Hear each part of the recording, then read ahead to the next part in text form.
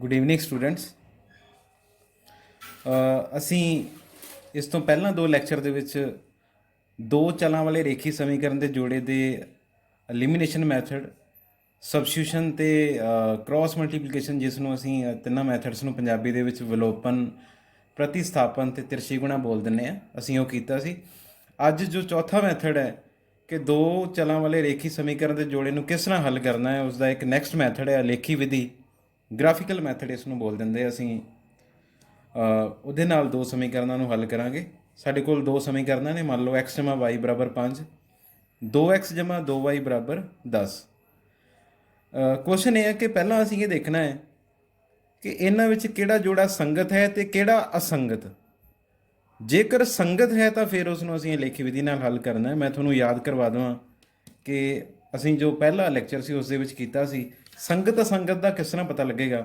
Suppose ਕਰੋ ਦੋ ਸਮੀਕਰਨਾਂ ਨੇ ਸਾਡੇ ਕੋਲ, 2x ਜਮਾ 3y ਬਰਾਬਰ 5, 4x ਜਮਾ 7y ਬਰਾਬਰ 8। ਅਸੀਂ ਪਹਿਲਾਂ ਕੋਫੀਸ਼ੀਐਂਟ ਲਿਖ ਲਈਦੇ ਆ। ਪਹਿਲੀ ਸਮੀਕਰਨ ਵਿੱਚ x ਵਾਲਾ ਕੋਫੀਸ਼ੀਐਂਟ ਲਿਖ ਲਿਆ, ਉਹ a1 ਹੋ ਗਿਆ। y ਵਾਲੇ ਕੋਫੀਸ਼ੀਐਂਟ ਨੂੰ ਅਸੀਂ b1 ਕਹਿ ਦਿੱਤਾ, ਅਤੇ ਜਿਹੜੀ ਕੌਂਸਟੈਂਟ ਟਰਮ ਹੈ ਉਹਨੂੰ ਅਸੀਂ ਬਰਾਬਰ ਤੋਂ ਇੱਧਰਲੇ ਪਾਸੇ ਲਿਜਾ ਕੇ ਉਸ ਦਾ ਨਾਮ ਅਸੀਂ c1 ਰੱਖਤਾ। ਇਸ ਤਰ੍ਹਾਂ ਅਸੀਂ a2 b2 ਅਤੇ ਕੌਂਸਟੈਂਟ ਟਰਮ ਨੂੰ ਇੱਧਰ ਲੈ ਕੇ -8 ਹੋ ਗਿਆ, c2 ਸਾਡੇ ਕੋਲ -8 ਆ ਗਿਆ। ਫਿਰ ਅਸੀਂ ਉਹਨਾਂ ਦਾ ਅਨੁਪਾਤ ਚੈੱਕ ਕੀਤਾ। ਜੇਕਰ ਅਨੁਪਾਤ ਦੇ ਵਿੱਚ ਇਹ ਕੰਡੀਸ਼ਨ ਬਣ ਰਹੀ ਹੈ ਤਾਂ ਫਿਰ ਉਹ ਕੀ ਨੇ, ਇੱਕ ਬਿੰਦੂ 'ਤੇ ਘਟਦੀਆਂ ਨੇ, ਉਹਨਾਂ ਦਾ ਇੱਕ ਵਿਲੱਖਣ ਹੱਲ ਹੈ। ਜੇਕਰ ਤਿੰਨੋਂ ਅਨੁਪਾਤ ਬਰਾਬਰ ਨੇ ਤਾਂ ਫਿਰ ਉਹ ਸੰਪਾਤੀ ਨੇ, ਅਨੇਕਾਂ ਹੱਲ ਹਨ। ਜਿਹੜੇ ਇਹ ਦੋ ਕੇਸ ਨੇ ਜਿੱਥੇ ਹੱਲ ਨਿਕਲਦਾ ਪਿਆ ਹੈ, ਇੱਕ ਕਾਮਨ ਸੋਲਿਊਸ਼ਨ ਦੋਵਾਂ ਇਕੁਏਸ਼ਨਸ ਦਾ ਨਿਕਲਦਾ ਪਿਆ ਹੈ, ਇੱਥੇ ਇੱਕ ਨਿਕਲਦਾ ਸੀ, ਇੱਥੇ ਅਨੇਕਾਂ ਹੈ। ਇਸ ਕੇਸ ਦੇ ਵਿੱਚ ਅਸੀਂ ਇਹਨਾਂ ਨੂੰ ਸੰਗਤ ਬੋਲ ਦਿੰਦੇ ਹਾਂ। ਅਤੇ ਜਦੋਂ ਸਾਡੇ ਕੋਲ ਅਨੁਪਾਤ ਜਿਹੜੇ ਆ ਪਹਿਲੇ ਦੋ ਇਸੇ ਬਰਾਬਰ ਹੈ, c1 c2 ਉਹਨਾਂ ਦੇ ਬਰਾਬਰ ਨਹੀਂ ਹੈ, ਅਤੇ ਫਿਰ ਉੱਥੇ ਕੀ ਹੁੰਦਾ, ਸਮਾਂਤਰ ਰੇਖਾਵਾਂ ਹੁੰਦੀਆਂ ਨੇ। ਰੇਖਾਵਾਂ ਇੱਕ ਦੂਜੇ ਨੂੰ ਕੱਟਦੀਆਂ ਨਹੀਂ ਹੈ ਜਾਂ ਟੱਚ ਨਹੀਂ ਕਰਦੀਆਂ, ਅਤੇ ਫਿਰ ਉੱਥੇ ਕੋਈ ਹੱਲ ਨਹੀਂ ਹੁੰਦਾ। ਉਸ ਨੂੰ ਅਸੀਂ ਕੀ ਬੋਲ ਦਿੰਦੇ ਹਾਂ, ਅਸੰਗਤ ਬੋਲ ਦਿੰਦੇ ਹਾਂ। ਸੋ ਪਹਿਲਾਂ ਅਸੀਂ ਇੱਥੇ ਇਹ ਚੈੱਕ ਕਰਨਾ ਹੈ ਕਿ ਸੰਗਤ ਹੈ ਕਿ ਨਹੀਂ ਹੈ। ਜੇਕਰ ਸੰਗਤ ਹੈ ਤਾਂ ਫਿਰ ਉਸ ਨੂੰ ਅਸੀਂ ਗ੍ਰਾਫ ਦੇ ਦੁਆਰਾ ਹੱਲ ਕਰਨਾ ਹੈ। ਜੇ ਅਸੰਗਤ ਹੈ ਤਾਂ ਫਿਰ ਉਸ ਨੂੰ ਅਸੀਂ ਉੱਥੇ ਛੱਡ ਦੇਣਾ। ਕੁਐਸਚਨ ਹੈ ਜਿਵੇਂ ਇਹ ਵਾਲਾ ਕੁਐਸਚਨ, ਇਸ ਦੇ ਵਿੱਚ ਅਸੀਂ ਕੀ ਕੀਤਾ, 5 ਨੂੰ ਦੂਸਰੀ ਸਾਈਡ 'ਤੇ ਲੈ ਗਏ, 10 ਨੂੰ ਵੀ ਦੂਸਰੀ ਸਾਈਡ 'ਤੇ ਲਿਜਾ ਕੇ a1 b1 c1 ਲਿਖ ਲਿਆ। ਅਸੀਂ ਪਹਿਲਾਂ ਵੀ ਕਰ ਚੁੱਕੇ ਹਾਂ। ਤੁਹਾਨੂੰ ਫਿਰ ਦੱਸ ਦੇਵਾਂ ਕਿ ਜਿਹੜਾ x ਵਾਲਾ ਕੋਫੀਸ਼ੀਐਂਟ ਹੈ ਉਸ ਨੂੰ a1 ਬੋਲਦੇ ਆ, y ਵਾਲੇ ਕੋਫੀਸ਼ੀਐਂਟ ਨੂੰ b1, ਅਤੇ ਜਿਹੜੀ ਕੌਂਸਟੈਂਟ ਟਰਮ ਹੈ ਉਹ ਸਾਡੇ ਕੋਲ c1। ਇਸ ਤਰ੍ਹਾਂ ਦੂਸਰੀ ਸਮੀਕਰਨ ਵਿੱਚ ਅਸੀਂ a2 b2 ਅਤੇ c2 ਲਿਖ ਲਿਆ। ਫਿਰ ਅਸੀਂ ਇਹਨਾਂ ਦਾ ਅਨੁਪਾਤ ਫਾਈਂਡ ਆਊਟ ਕੀਤਾ। ਅਸੀਂ ਦੇਖਦੇ ਹਾਂ ਕਿ ਇੱਥੇ ਕੱਟਿਆ ਜਾਣਾ c1 c2 ਨੇ, ਇਹ ਸਾਰੇ ਕੀ ਹੋ ਗਏ, ਅਨੁਪਾਤ ਇੱਕ ਦੂਜੇ ਦੇ ਬਰਾਬਰ ਹੋ ਗਏ। ਸੋ ਇਹ ਕੰਡੀਸ਼ਨ ਕਦੋਂ ਬਣਦੀ ਹੈ, ਤੁਹਾਨੂੰ ਯਾਦ ਹੋਏਗਾ, ਇਹ ਕੰਡੀਸ਼ਨ ਉਦੋਂ ਆਉਂਦੀ ਹੈ ਜਦੋਂ ਰੇਖਾਵਾਂ ਸੰਪਾਤੀ ਹੁੰਦੀਆਂ ਨੇ। ਸੰਪਾਤੀ ਦਾ ਮਤਲਬ ਹੈ ਇੱਕ ਰੇਖਾ ਦੇ ਉੱਪਰ ਦੂਸਰੀ ਰੇਖਾ ਆ ਜਾ ਰਹੀ ਹੈ। ਇਸ ਦਾ ਮਤਲਬ ਉਹ ਉਹਨੂੰ ਅਨੇਕਾਂ ਬਿੰਦੂਆਂ 'ਤੇ ਟੱਚ ਕਰੇਗੀ, ਕਿਉਂਕਿ ਜਦੋਂ ਇੱਕ ਲਾਈਨ ਦੇ ਉੱਪਰ ਦੂਸਰੀ ਆਏਗੀ ਤਾਂ ਜੋ ਪਹਿਲੀ ਦਾ ਸੋਲਿਊਸ਼ਨ ਹੈ ਉਹ ਸਾਰੇ ਦੇ ਸਾਰੇ ਉਹਦੇ ਸੋਲਿਊਸ਼ਨ ਬਣਨੇ ਨੇ। ਇਸ ਕਰਕੇ ਇੱਥੇ ਇਨਫਾਈਨਾਈਟ ਸੋਲਿਊਸ਼ਨ ਜਾਂ ਅਸੀਂ ਅਨੇਕਾਂ ਹੱਲ ਜਿਹੜੇ ਆ ਉਹ ਕਹਿ ਦਿੰਦੇ ਹਾਂ। ਅਸੀਂ ਇਸ ਨੂੰ ਗ੍ਰਾਫ ਦੁਆਰਾ ਹੱਲ ਕਰਾਂਗੇ। ਸਾਰੇ ਤੋਂ ਪਹਿਲਾਂ ਅਸੀਂ ਬਿੰਦੂ ਲੱਭਾਂਗੇ। ਬਿੰਦੂ ਲੱਭਣ ਦੇ ਲਈ ਅਸੀਂ ਫਿਰ ਉਹੀ ਸਮੀਕਰਨ ਲਿਖ ਲਈ, x ਜਮਾ y ਬਰਾਬਰ 5, ਜਿੱਥੋਂ ਕੁਐਸਚਨ ਸਟਾਰਟ ਕੀਤਾ ਸੀ। ਅਸੀਂ ਇਹ ਦੇਖਦੇ ਪਏ ਹਾਂ ਕਿ ਇਹਨੂੰ ਅਸੀਂ ਇੱਕ ਤੱਕੜੀ ਵਾਂਗੂ ਲੈ ਲਈਏ, ਖੱਬਾ ਪਾਸਾ ਸੱਜਾ ਪਾਸਾ। ਅਸੀਂ ਕੀ ਕਰਨਾ ਹੈ, ਬਰਾਬਰ ਕਰਨਾ ਹੈ। ਤੁਸੀਂ x ਨੂੰ ਕੁਛ ਨਾ ਕੁਛ ਭਰਨਾ ਹੈ, y ਨੂੰ ਕੁਛ ਨਾ ਕੁਛ ਭਰਨਾ ਹੈ, ਅਤੇ ਤੁਹਾਡੇ ਕੋਲ ਆਨਸਰ ਕਿੰਨਾ ਆਉਣਾ ਚਾਹੀਦਾ, 5 ਆਉਣਾ ਚਾਹੀਦਾ। ਜੇ ਮੈਂ x ਨੂੰ 0 ਪੁੱਟ ਕਰਦਾ ਅਤੇ ਸੱਜੇ ਪਾਸੇ ਮੈਨੂੰ 5 ਚਾਹੀਦਾ, ਇਸ ਕਰਕੇ y ਨੂੰ ਕਿੰਨਾ ਭਰਾਂਗਾ, ਮੈਂ 5 ਭਰਾਂਗਾ। ਤੁਸੀਂ x ਨੂੰ 0 ਭਰਿਆ, y ਨੂੰ 5 ਭਰਿਆ, ਇਸ ਕਰਕੇ ਤੁਸੀਂ ਪਹਿਲਾ ਬਿੰਦੂ ਤੁਹਾਡੇ ਕੋਲ ਆ ਗਿਆ 0,5। ਫਿਰ x ਨੂੰ ਇੱਕ ਵਾਰ ਦਿੰਦੇ ਹਾਂ, 5 ਬਣਾਉਣਾ ਹੈ, ਇਸ ਕਰਕੇ y ਨੂੰ ਕਿੰਨਾ ਭਰਾਂਗੇ, 4 ਭਰਾਂਗੇ। ਸਾਡੇ ਕੋਲ ਬਿੰਦੂ ਆ ਗਿਆ 1,4। ਪਹਿਲਾਂ x ਵਾਲਾ ਬਿੰਦੂ ਲਿਖੀਦਾ, ਫਿਰ y ਵਾਲਾ ਬਿੰਦੂ ਲਿਖੀਦਾ। x ਨੂੰ ਕਿੰਨਾ ਭਰਿਆ ਸੀ ਅਸੀਂ 1, y ਨੂੰ ਕਿੰਨਾ ਭਰਿਆ ਸੀ 4। ਇਹ ਅਸੀਂ 9th ਵਿੱਚ ਵੀ ਇਹ ਥੋੜ੍ਹਾ ਜਿਹਾ ਕਰ ਚੁੱਕੇ ਹਾਂ, ਕੋਆਰਡੀਨੇਟ ਜਿਓਮੈਟਰੀ, ਨਿਰਦੇਸ਼ਾਂਕ ਜਮਾਇਤੀ ਦੇ ਵਿੱਚ। ਇੱਕ ਬਿੰਦੂ ਹੋਰ ਕੱਢ ਲਿਆ, x ਨੂੰ 2 ਪੁੱਟ ਕੀਤਾ ਅਤੇ y ਨੂੰ ਕਿੰਨਾ ਪੁੱਟ ਕਰਾਂਗੇ, ਅਸੀਂ 3 ਪੁੱਟ ਕਰ ਦਾਂਗੇ। ਸਾਡੇ ਕੋਲ ਬਿੰਦੂ ਆ ਗਿਆ 2,3, ਕਿਉਂਕਿ 2 ਅਤੇ 3 5 ਹੁੰਦੇ ਆ, ਸਾਡਾ ਸੱਜਾ ਪਾਸਾ ਕੀ ਹੋ ਜਾਂਦਾ, ਬਰਾਬਰ ਹੋ ਜਾਂਦਾ। ਫਿਰ ਅਸੀਂ ਇਹਨਾਂ ਤਿੰਨਾਂ ਬਿੰਦੂਆਂ ਨੂੰ ਟੈਬੂਲੇਸ਼ਨ ਫਾਰਮ, ਟੇਬਲ ਦੀ ਫਾਰਮ ਦੇ ਵਿੱਚ ਲਿਖ ਲਿਆ। x ਦਾ ਮੁੱਲ ਕੀ ਸੀ, ਉਹਦੇ ਕੋਰਸਪੋਂਡਿੰਗ y ਦਾ ਮੁੱਲ ਕੀ ਆਇਆ। x ਦਾ ਮੁੱਲ 1, y ਦਾ ਮੁੱਲ 4 ਆਇਆ। x ਦਾ ਮੁੱਲ 2 ਸੀ ਅਤੇ y ਦਾ ਮੁੱਲ ਕਿੰਨਾ ਸੀ, 3। ਇਸੇ ਤਰ੍ਹਾਂ ਅਸੀਂ ਦੂਸਰੀ ਸਮੀਕਰਨ ਵਿੱਚ ਬਿੰਦੂ ਲੱਭਾਂਗੇ।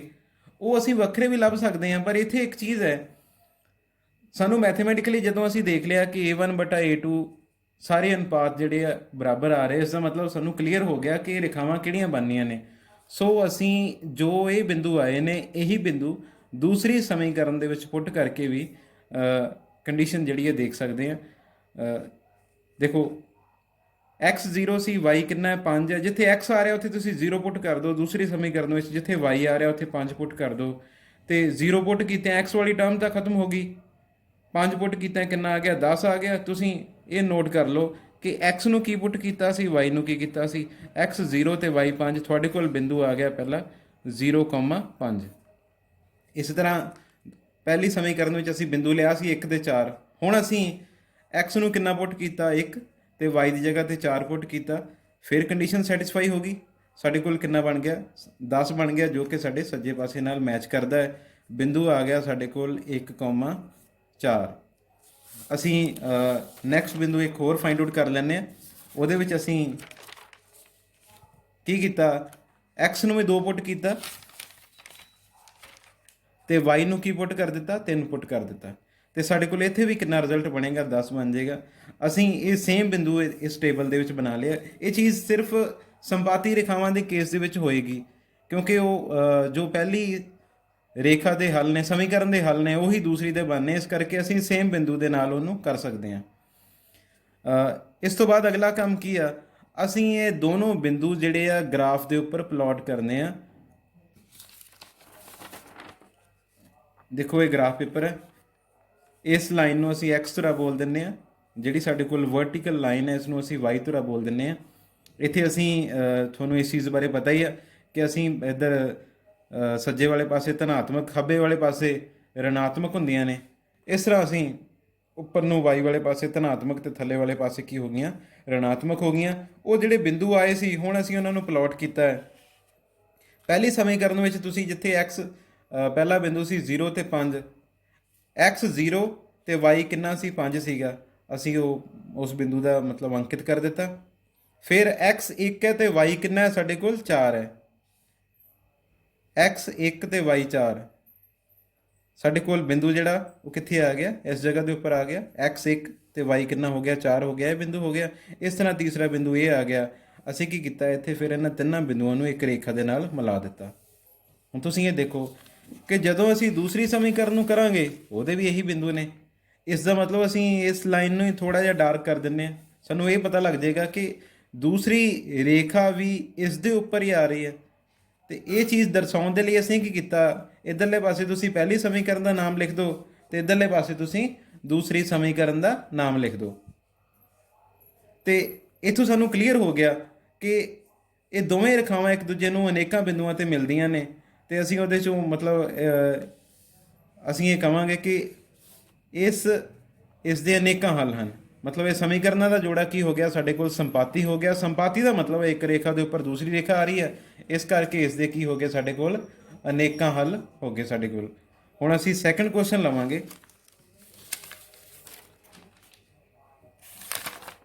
ਉਸ ਨੂੰ ਡਿਸਕਸ ਕਰਾਂਗੇ। ਕੁਐਸਚਨ ਹੈ ਸਾਡੇ ਕੋਲ 2x + y - 6 = 0, 4x - 2y - 4 = 0।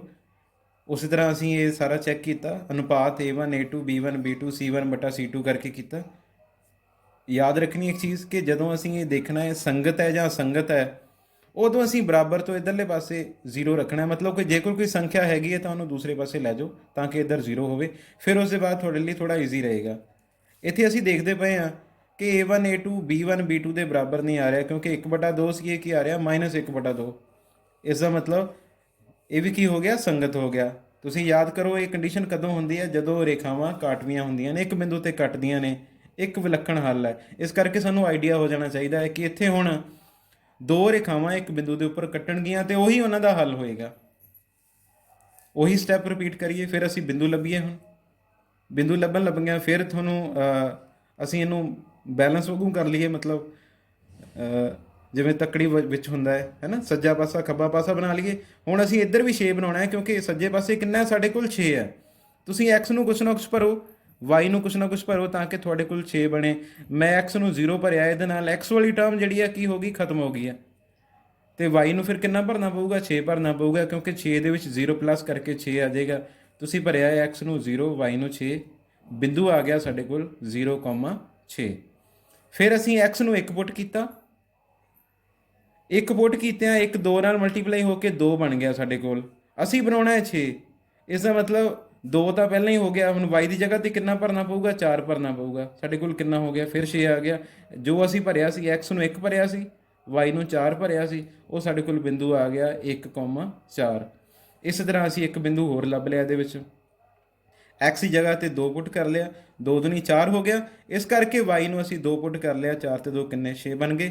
ਇਹਨੂੰ ਅਸੀਂ ਇੱਕ ਟੇਬਲ ਦੇ ਵਿੱਚ ਸਾਰੀਆਂ ਵੈਲਿਊਜ਼ ਨੂੰ ਲਿਖ ਲਿਆ। ਤੇ ਇਸੇ ਤਰ੍ਹਾਂ ਅਸੀਂ ਜਿਹੜੀ ਦੂਸਰੀ ਸਮੀਕਰਨ ਹੈ ਉਹਦੇ ਵਿੱਚ ਦੇਖਾਂਗੇ। ਹੁਣ ਦੂਸਰੀ ਸਮੀਕਰਨ ਹੈ ਸਾਡੇ ਕੋਲ 4x - 2y - 4 ਬਰਾਬਰ 0।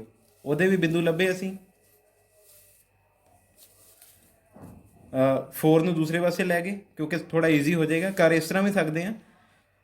ਕੀ ਕੀਤਾ ਅਸੀਂ 0 ਤੋਂ ਸ਼ੁਰੂ ਕਰ ਲਿਆ, x ਨੂੰ 0 ਭਰਿਆ, x ਵਾਲੀ ਟਰਮ ਖਤਮ ਹੋ ਗਈ ਹੈ ਤੇ ਸੱਜੇ ਪਾਸੇ ਕੀ ਆ 4 ਹੈ। ਅਸੀਂ ਹੁਣ ਇੱਥੇ 4 ਬਣਾਉਣਾ ਹੈ। ਜੇ ਮੈਂ ਇਕੱਲਾ 2 ਪੁੱਟ ਕਰਦਾ ਹੈ ਤੇ -2 ਨੂੰ 2 ਨਾ ਕਰਾਂਗੇ ਤੇ -4 ਬਣ ਜਾਂਦਾ ਹੈ।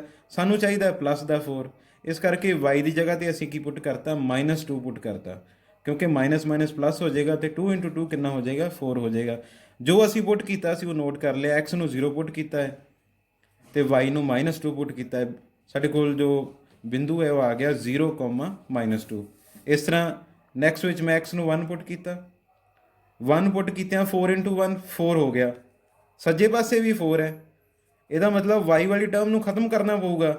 ਉੱਥੇ ਫਿਰ ਅਸੀਂ ਕੀ ਕੀਤਾ y ਨੂੰ 0 ਪੁੱਟ ਕਰ ਦਿੱਤਾ ਤੇ ਉਹਦੇ ਨਾਲ ਸਾਡੇ ਕੋਲ ਆ ਗਿਆ x ਨੂੰ ਅਸੀਂ ਭਰਿਆ ਸੀ 1 ਤੇ y ਨੂੰ 0 ਭਰਿਆ ਸੀ। ਇਸ ਤਰ੍ਹਾਂ ਅਸੀਂ ਇੱਕ ਬਿੰਦੂ ਹੋਰ ਲੱਭ ਲਿਆ 2, ਇਹ 'ਚ 2 ਪੁੱਟ ਕਰਕੇ ਸਾਡੇ ਕੋਲ 8 ਬਣ ਗਿਆ। ਤੇ ਹੁਣ ਅਸੀਂ 4 ਬਣਾਉਣਾ, ਇਸ ਕਰਕੇ ਇੱਧਰ 4 ਬਣਨਾ ਚਾਹੀਦਾ ਹੈ ਕਿਉਂਕਿ ਵਿੱਚ ਮਾਈਨਸ ਦਾ ਸਾਈਨ ਹੈ ਤੇ 8 ਚੋਂ 4 ਮਾਈਨਸ ਕਰਾਂਗੇ ਤੇ 4 ਆ ਜਾਊਗਾ। ਸਾਡੇ ਕੋਲ ਤੀਸਰਾ ਬਿੰਦੂ ਵੀ ਆ ਗਿਆ। ਅਸੀਂ ਇਹਨੂੰ ਵੀ ਟੇਬਲ ਦੀ ਵਿੱਚ ਰਿਕਾਰਡ ਕਰ ਲਿਆ। ਹੁਣ ਅਸੀਂ ਇਹਨਾਂ ਦੋਵਾਂ ਸਮੀਕਰਨਾਂ ਨੂੰ ਗ੍ਰਾਫ ਦੇ ਉੱਪਰ ਅੰਕਿਤ ਕਰਾਂਗੇ, ਦੋਵਾਂ ਦੇ ਬਿੰਦੂ। ਪਹਿਲੀ ਸਮੀਕਰਨ ਦੇ ਬਿੰਦੂ ਸੀਗੇ ਸਾਡੇ ਕੋਲ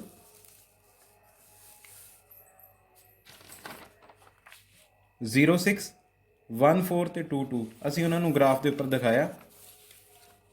ਦੇਖੋ x0 ਤੇ y ਕਿੰਨਾ ਹੈ ਸਾਡੇ ਕੋਲ 6 ਹੈ। ਬਿੰਦੂ ਕਿੱਥੇ ਆਏਗਾ ਇਸ ਜਗ੍ਹਾ ਦੇ ਉੱਪਰ। ਫਿਰ x1 ਤੇ y ਕਿੰਨਾ ਹੈ ਸਾਡੇ ਕੋਲ 4 ਹੈ, ਇੱਥੇ ਬਿੰਦੂ ਆ ਗਿਆ। ਫਿਰ x2 ਤੇ y ਵੀ 2 ਆ, ਇੱਥੇ ਆ ਗਿਆ। ਅਸੀਂ ਇਹਨਾਂ ਤਿੰਨ ਬਿੰਦੂਆਂ ਨੂੰ ਆਪਸ ਵਿੱਚ ਮਿਲਾਤਾ, ਇੱਕ ਰੇਖਾ ਇੱਥੋਂ ਤੱਕ ਖਿੱਚ ਦਿੱਤੀ। ਇਹਦਾ ਨਾਮ ਰੱਖ ਦਿੱਤਾ ਜੋ ਜਿੱਥੋਂ ਬਿੰਦੂ ਬਣੇ ਸੀ, ਜਿਸ ਸਮੀਕਰਨ ਤੋਂ ਬਣੇ ਨੇ, 2x = y = 6 ਹੋ ਗਿਆ। ਹੁਣ ਸਾਡੇ ਕੋਲ ਦੂਸਰੀ ਸਮੀਕਰਨ ਦੇ ਬਿੰਦੂ ਨੇ, ਉਹਨਾਂ ਨੂੰ ਅਸੀਂ ਗ੍ਰਾਫ ਤੇ ਅੰਕਿਤ ਕਰੀਏ। x ਕਿੰਨਾ ਹੈ 0, y ਕਿੰਨਾ ਹੈ ਸਾਡੇ ਕੋਲ -2 ਹੈ। y ਮਾਈਨਸ ਕਿਹੜੇ ਪਾਸੇ ਹੁੰਦਾ ਥੱਲੇ ਵਾਲੇ ਪਾਸੇ ਨੂੰ, x0 ਇੱਥੇ, ਇਸ ਕਰਕੇ ਅਸੀਂ ਇਸ ਜਗ੍ਹਾ ਦੇ ਉੱਪਰ ਆ ਗਏ। ਫਿਰ x ਕਿੰਨਾ ਹੈ 1, y ਕਿੰਨਾ ਹੈ 0, ਉਹ ਬਿੰਦੂ ਸਾਡਾ ਇੱਥੇ ਆ ਜਾਏਗਾ। ਉਸ ਦੇ ਬਾਅਦ x2 ਤੇ y ਵੀ 2, ਉਹ ਬਿੰਦੂ ਇੱਥੇ ਹੋ ਗਿਆ। ਫਿਰ ਅਸੀਂ ਇਹ ਤਿੰਨ ਬਿੰਦੂਆਂ ਨੂੰ ਆਪਸ ਦੇ ਵਿੱਚ ਮਿਲਾਇਆ ਇੱਕ ਦੂਜੇ ਨਾਲ। ਤੇ ਫਿਰ ਉਸ ਦੇ ਬਾਅਦ ਕੀ ਹੋਇਆ, ਅਸੀਂ ਦੇਖਦੇ ਹਾਂ ਕਿ ਦੋਵੇਂ ਸਮੀਕਰਨਾਂ ਜਦੋਂ ਅਸੀਂ ਇਹਨਾਂ ਨੂੰ ਪਲਾਟ ਕੀਤਾ, ਇਹਨਾਂ ਦੇ ਬਿੰਦੂਆਂ ਨੂੰ ਪਲਾਟ ਕੀਤਾ ਹੈ ਤੇ ਰੇਖਾਵਾਂ ਦੇ ਰੂਪ 'ਚ ਇਹ ਇੱਕ ਸਾਂਝੇ ਬਿੰਦੂ ਦੇ ਉੱਪਰ ਕੱਟ ਰਹੀਆਂ ਨੇ। ਇੱਕ ਕਾਮਨ ਮਤਲਬ ਇੱਕ ਬਿੰਦੂ ਹੈ ਜਿਹਦੇ ਉੱਪਰ ਦੋਵਾਂ ਨੇ ਕੱਟਿਆ। ਇਸ ਦਾ ਮਤਲਬ ਇਹ ਇਹਨਾਂ ਦਾ ਕੀ ਹੈ, ਇੱਕ ਐਦਾਂ ਦਾ ਸੋਲਿਊਸ਼ਨ ਹੈ ਜਿਹੜਾ ਦੋਵਾਂ ਨੂੰ ਸੈਟੀਸਫਾਈ ਕਰਾਏਗਾ। ਜਦੋਂ ਦੋਵਾਂ ਵਿੱਚ ਪੁੱਟ ਕਰਾਂਗੇ ਤੇ ਸੱਜੇ ਪਾਸੇ ਖੱਬੇ ਪਾਸੇ ਕੀ ਹੋਣਗੇ, ਬਰਾਬਰ ਹੋਣਗੇ। ਸੋ ਇਹਨਾਂ ਦਾ ਇੱਕ ਯੂਨੀਕ ਸੋਲਿਊਸ਼ਨ ਹੈ, ਵਿਲੱਖਣ ਹੱਲ ਹੈ। ਇੱਥੋਂ ਸਾਨੂੰ ਪਤਾ ਲੱਗ ਗਿਆ ਕਿ ਜਿੱਥੇ ਇਹ ਕੱਟਦੀਆਂ ਪਈਆਂ ਨੇ ਉੱਥੇ x ਦਾ ਮੁੱਲ ਕਿੰਨਾ ਹੈ ਤੇ y ਦਾ ਮੁੱਲ ਕਿੰਨਾ ਹੈ, ਉਹ ਇਸ ਦਾ ਹੱਲ ਹੋਏਗਾ। ਤੀਸਰਾ ਕੇਸ ਹੈ ਜੋ ਇਸ ਦੇ ਵਿੱਚ ਅਸੀਂ ਉਹ ਡਿਸਕਸ ਕਰਾਂਗੇ ਹੁਣ। ਤੀਸਰੇ ਕੇਸ ਦੇ ਵਿੱਚ ਸਾਡੇ ਕੋਲ ਮੰਨ ਲਓ ਇਸ ਤਰ੍ਹਾਂ ਆ ਜਾਂਦਾ ਹੈ ਕਿ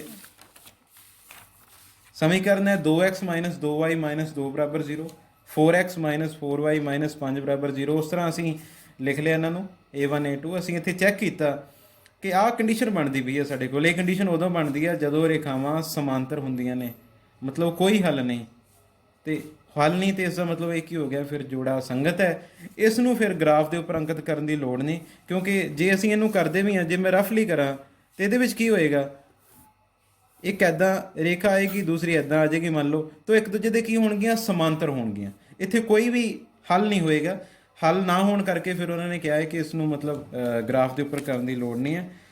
ਇੱਕ ਚੀਜ਼ ਹੋਰ ਮੈਂ ਇਹਦੇ 'ਚ ਦੱਸਣੀ ਸੀ, ਜਦੋਂ ਅਸੀਂ ਗ੍ਰਾਫ ਕਰਦੇ ਹਾਂ ਤੇ ਨਾਲ ਪੈਮਾਨਾ ਜ਼ਰੂਰ ਮੈਂਸ਼ਨ ਕਰਨਾ ਹੈ। ਜਿਸ ਤਰ੍ਹਾਂ ਇੱਥੇ ਜੋ 10 ਲਾਈਨਾਂ ਨੇ, 10 ਡਿਵੀਜ਼ਨਸ ਨੇ, ਉਹਨੂੰ ਅਸੀਂ ਇੱਕ ਯੂਨਿਟ ਮੰਨਿਆ ਹੋਇਆ, ਤੇ ਵਾਈ ਵਾਲੇ ਪਾਸੇ ਵੀ ਜਿਹੜੀਆਂ 10 ਲਾਈਨਾਂ ਨੇ ਜਾਂ 10 ਡਿਵੀਜ਼ਨਸ ਹੈ ਉਸ ਨੂੰ ਅਸੀਂ ਇੱਕ ਯੂਨਿਟ ਮੰਨਿਆ ਹੋਇਆ। ਇੱਕ ਗੱਲ ਹੋਰ ਕਿ ਜ਼ਰੂਰੀ ਨਹੀਂ ਗ੍ਰਾਫ ਸੈਂਟਰ 'ਚੋਂ ਸ਼ੁਰੂ ਕਰਨਾ ਹੈ, ਤੁਸੀਂ ਉਹਨੂੰ ਇੱਕ ਸਾਈਡ ਤੋਂ ਵੀ ਸ਼ੁਰੂ ਕਰ ਸਕਦੇ ਹੋ। ਇਹ ਦੇਖਣਾ ਹੁੰਦਾ ਹੈ ਕਿ ਕਿਹੜੇ ਬਿੰਦੂ ਜ਼ਿਆਦਾ ਤੱਕ ਗਏ ਨੇ। ਕੋਈ ਬਿੰਦੂ ਹੈ, ਮੰਨ ਲਓ ਐਕਸ ਦਾ ਧਨਾਤਮਕ ਬਿੰਦੂ ਤੁਹਾਡੇ ਕੋਲ 15 ਤੱਕ ਜਾ ਰਿਹਾ ਹੈ, ਤੇ ਫਿਰ ਤੁਹਾਨੂੰ ਗ੍ਰਾਫ ਨੂੰ ਇਹ ਵਾਲੀ ਲਾਈਨ ਜਿਹੜੀ ਜ਼ਿਆਦਾ ਵੱਡੀ ਕਰਨੀ ਪਏਗੀ, ਇਸ ਕਰਕੇ ਤੁਹਾਨੂੰ ਹੋਰ ਕੋਨੇ ਤੋਂ ਉਹਨੂੰ ਸ਼ੁਰੂ ਕਰਨਾ ਪੈ ਸਕਦਾ ਹੈ। ਇਸ ਕਰਕੇ ਜ਼ਰੂਰੀ ਨਹੀਂ ਹੁੰਦਾ ਕਿ ਇਹਨੂੰ ਅਸੀਂ ਸੈਂਟਰ ਤੋਂ ਹੀ ਕਰਨਾ ਹੈ, ਇਹਨੂੰ ਅਸੀਂ ਕਿਸੇ ਕੋਨੇ 'ਤੇ ਵੀ ਬਣਾ ਸਕਦੇ ਹਾਂ। ਆਸ ਕਰਦਾ ਹਾਂ ਕਿ ਤੁਹਾਨੂੰ ਇਹ ਟੌਪਿਕ ਜ਼ਰੂਰ ਸਮਝ ਆਇਆ ਹੋਵੇਗਾ। Thank you very much.